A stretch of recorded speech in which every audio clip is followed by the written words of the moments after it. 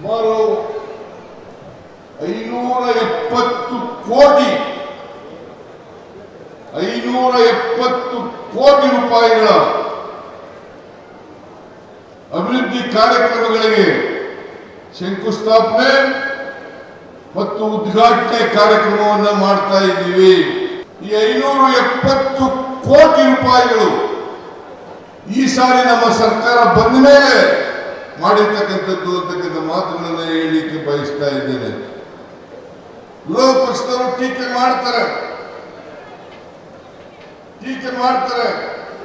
ಪಂಚ ಗ್ಯಾರಂಟಿ ಯೋಜನೆಗಳನ್ನ ಜಾರಿ ಮಾಡೋದ್ರಿಂದ ಈ ಸರ್ಕಾರದಲ್ಲಿ ಹಣ ಇಲ್ಲ, ಅಭಿವೃದ್ಧಿ ಕೆಲಸಗಳು ಆಗ್ತಾ ಇಲ್ಲ ಅಂತಕ್ಕಂಥ ಮಾತುಗಳನ್ನ ಹೇಳ್ತಾರೆ.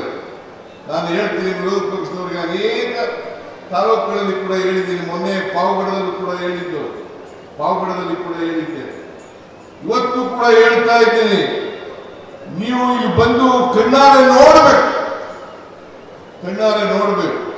ಅರಸೀಕೆರೆ ತಾಲೂಕು ಎಷ್ಟು ಮಟ್ಟಿಗೆ ಅಭಿವೃದ್ಧಿ ಆಗಿದೆ, ಶಿವಲಿಂಗೇಗೌಡರ ನೇತೃತ್ವದಲ್ಲಿ ಅಭಿವೃದ್ಧಿ ಎಷ್ಟು ಮಟ್ಟಿಗೆ ನಡೆದಿದೆ ಅಂತಕ್ಕಂಥದ್ದನ್ನು ನೋಡಬೇಕಾಗ್ತದೆ.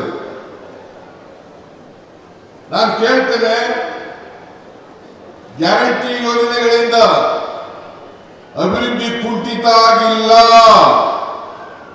ಕುಂಠಿತ ಆಗಲೂ ಇಲ್ಲ. ಯಾಕೆ ಈ ಮಾತುಗಳನ್ನ ಹೇಳ್ತಾ ಇದ್ದೀನಿ ಅಂದ್ರೆ, ನೀವೆಲ್ಲ ಪತ್ರಿಕೆಯಲ್ಲಿ ಗಮನಿಸಿರ್ಬೋದು, ನೋಡಿರ್ಬೋದು. ಇಡೀ ದೇಶದಲ್ಲಿ ಕರ್ನಾಟಕದಲ್ಲಿ ತಲಾ ಆದಾಯ ಹೆಚ್ಚಾಗಿದ್ರೆ ಅದು ಕರ್ನಾಟಕದಲ್ಲಿ ಮಾತ್ರ. ಕರ್ನಾಟಕ ಇಡೀ ದೇಶದಲ್ಲಿ ನಂಬರ್ ಒನ್ ರಾಜ್ಯ ತಲಾ ಆದಾಯದಲ್ಲಿ. ಸುಮಾರು 2,04,000 ಕೋಟಿ ರೂಪಾಯಿಗಳು ತಲಾ ಆದಾಯ ಆಗಿದೆ, ಸರಾಸರಿ ತಲಾ ಆದಾಯ ಆಗಿದೆ. ಇವೆಲ್ಲ ಆಗ್ಬೇಕಾದ್ರೆ, ನಂಬರ್ 1 ಆಗ್ಬೇಕಾದ್ರೆ ಸುಮ್ಮನೆ ಆಗ್ತದ? ನಾನು ಹೇಳ್ತೇನೆ, ಇವತ್ತು ಬಹಳ ಸ್ಪಷ್ಟವಾಗಿ ತಿಳ್ಕೋಬೇಕಾಗ್ತದೆ. ಅವ್ರಿಗೆ ಎಕನಾಮಿಕ್ಸ್ ಗೊತ್ತಿಲ್ಲ ಪಾಪ, ಬಿಜೆಪಿ ಅವರಿಗೆ. ಎಕನಾಮಿಕ್ಸ್ ಗೊತ್ತಿದ್ರೆ ಈ ಮಾತುಗಳನ್ನ ಆಡಲಿಕ್ಕೆ ಸಾಧ್ಯ ಆಗ್ತಾ ಇರಲಿಲ್ಲ.